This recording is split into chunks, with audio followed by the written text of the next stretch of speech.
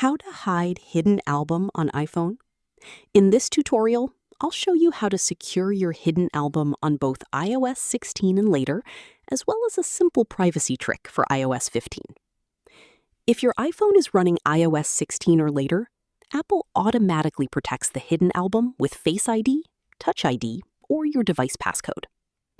Simply open the Photos app. Then tap on Album, go to Utilities, tap Hidden, and authenticate to view your hidden photos. If you're using iOS 15 or an earlier version, the hidden album doesn't support Face ID or Touch ID. However, you can make it much harder for others to find by hiding the album completely. Here's how. Open the Settings app, then scroll down and tap Apps, followed by Photos. If you're on older iOS versions, just go to Settings and tap Photos. Now turn off the Show Hidden Album option. That's it.